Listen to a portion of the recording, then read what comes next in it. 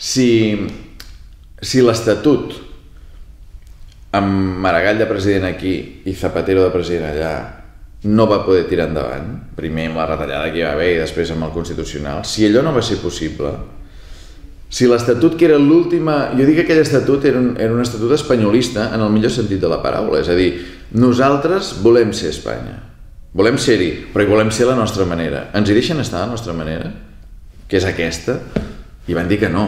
Jo crec que en la millor conjuntura possible, sense crisi econòmica, amb un president com Zapatero al govern, que per més que ens enriguem, que algú em digui un president, un possible president d'un govern espanyol, que tingués un tarannà més comprensiu cap a Catalunya que Zapatero. Jo no et sé dir un nom ara. Home, però perquè va dir l'apoyar-hi l'Estatut, però després va fer el que va fer. No només per això, no només per això. És a dir, però per això et dic que si ni amb Zapatero va ser possible, jo no em sé imaginar amb qui podria ser possible. Per tant, crec que no hi ha una solució federal possible, no hi ha una tercera via, no hi ha més possibilitats de diàleg.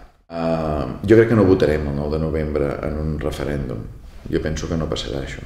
Penso que és un procés que s'allargarà, que ens posarem nerviosos mentrestant, però jo quan a vegades tinc la tentació de posar-me una mica nerviós, intento pensar una mica en una dimensió més històrica, no? O sigui, jo penso, si em situo d'aquí 50 anys i intento analitzar què està passant ara, està anant molt ràpid està anant.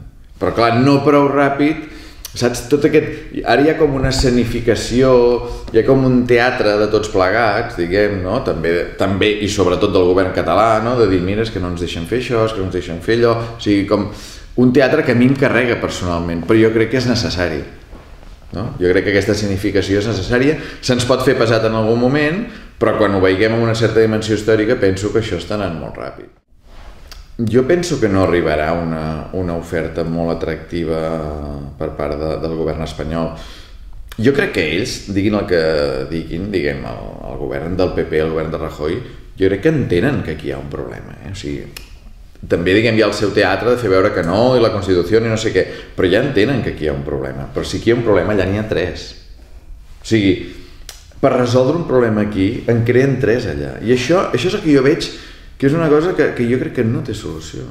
Jo crec que la força que té el personatge del president Mas és que ell és un home d'ordre que està fent una proposta absolutament rupturista.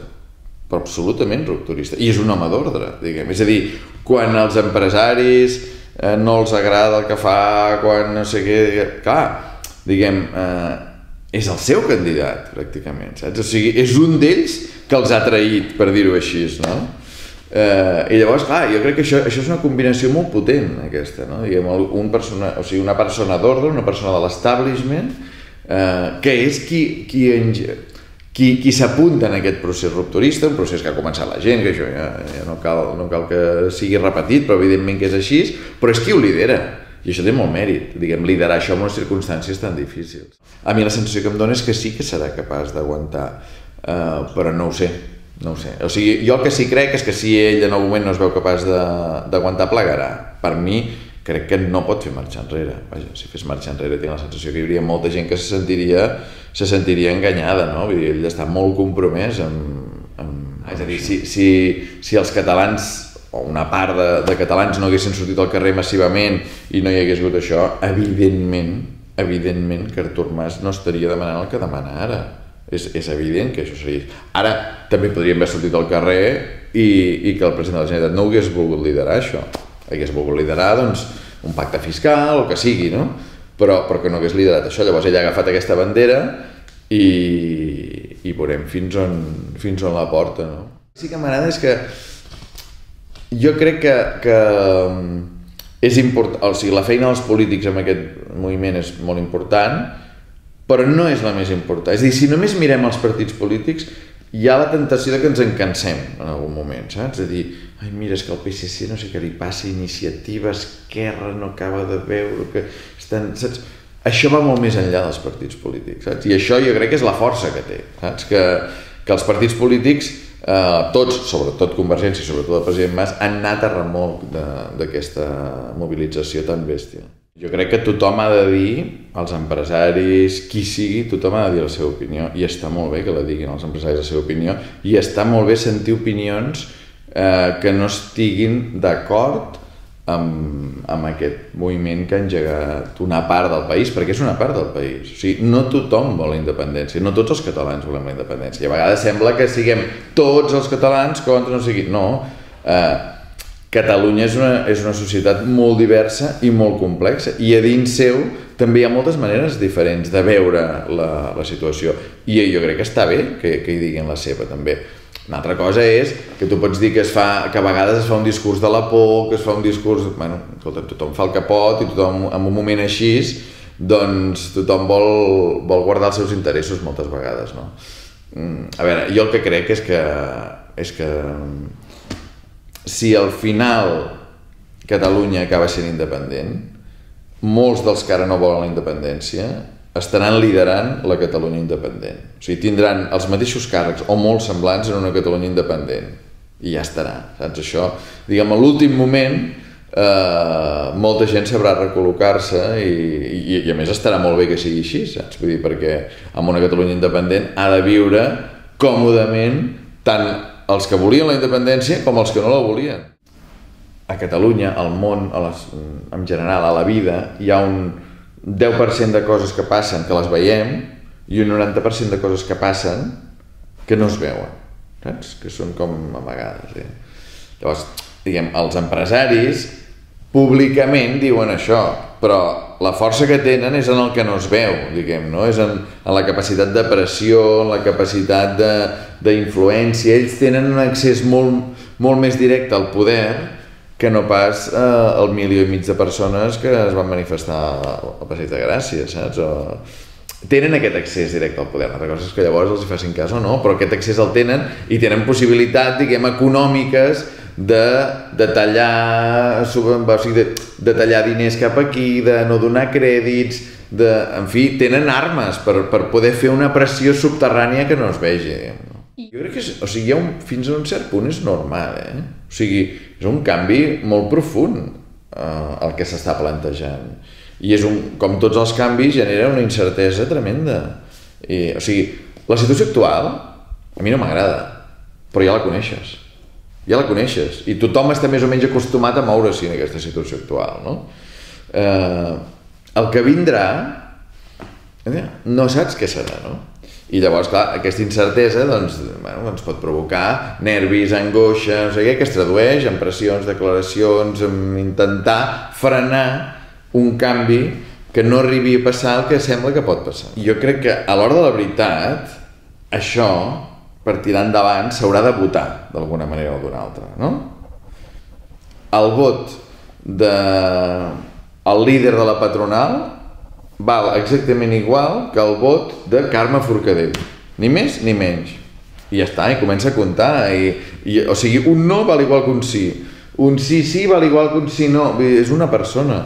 Ara, abans d'anar a votar, diguem, hi ha molta gent que intenta pressionar com els que volen que sí també intenten pressionar. És que és així. O sigui, els que volen que sí intenten pressionar organitzant, en fi, conferències, mobilitzacions, cadenes humanes, manifestacions, saps? Ara, a mi em sembla més, diguem, em sembla més bonic, més engrescador, més il·lusionador organitzar conferències per tot Catalunya, anar parlant, anar sortir al carrer, no sé què, que no pas el discurs de la por, no? O sigui, jo agrairia que el no o que el sí no s'expressés més amb arguments més positius, saps? No tant amb el discurs de la por o això no es pot fer, per què? Per què no?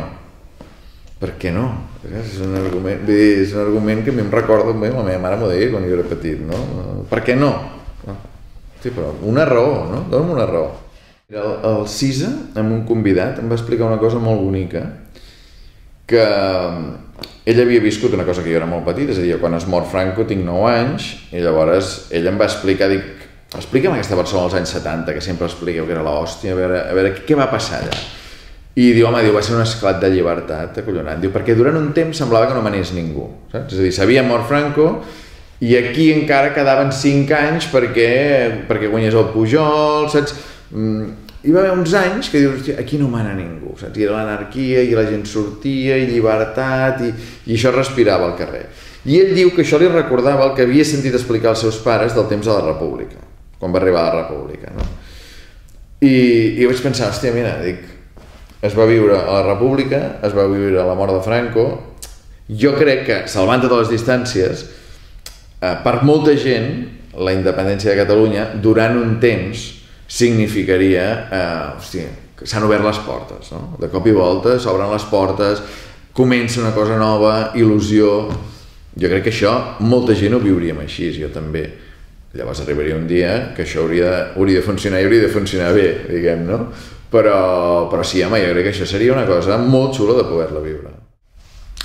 Hi ha alguns convidats que són projectes de molt temps i que ja has anat al darrere molt temps i que llavors et fa molta il·lusió haver-lo pogut fer, no? És el cas de Jordi Pujol, per exemple, és el cas de l'Andrés Iniesta, no? El mateix Jorge Javier Vázquez, això són gestions, diguem, que jo he estat gairebé 2 anys a darrere seu, no? I llavors quan el pots fer, doncs et fa una il·lusió especial, no? El que passa que a mi em costa destacar-ne un perquè trobo que, hòstia, jo estic molt agraït a tots 52, diguem, no? O sigui, portem 52 convidats fets, vol dir que jo he passat 52 caps de setmana fora de casa meva, que és tot un any, no?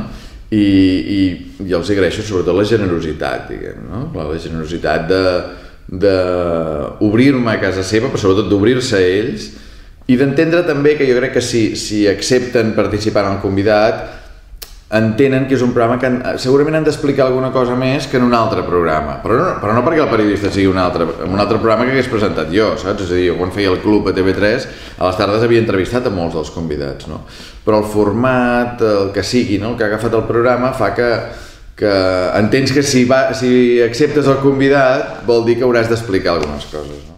Hi ha molta gent, o sigui, hi ha gent que em diu, hòstia, se t'acabaran els noms, jo crec que les persones no s'acabaran mai, perquè a més es renoven, o sigui, hi ha personatges que fa 3 o 4 anys no eren, segurament no haurien tingut un convidat i ara ja el tenen, no? I això ha anat passant sempre.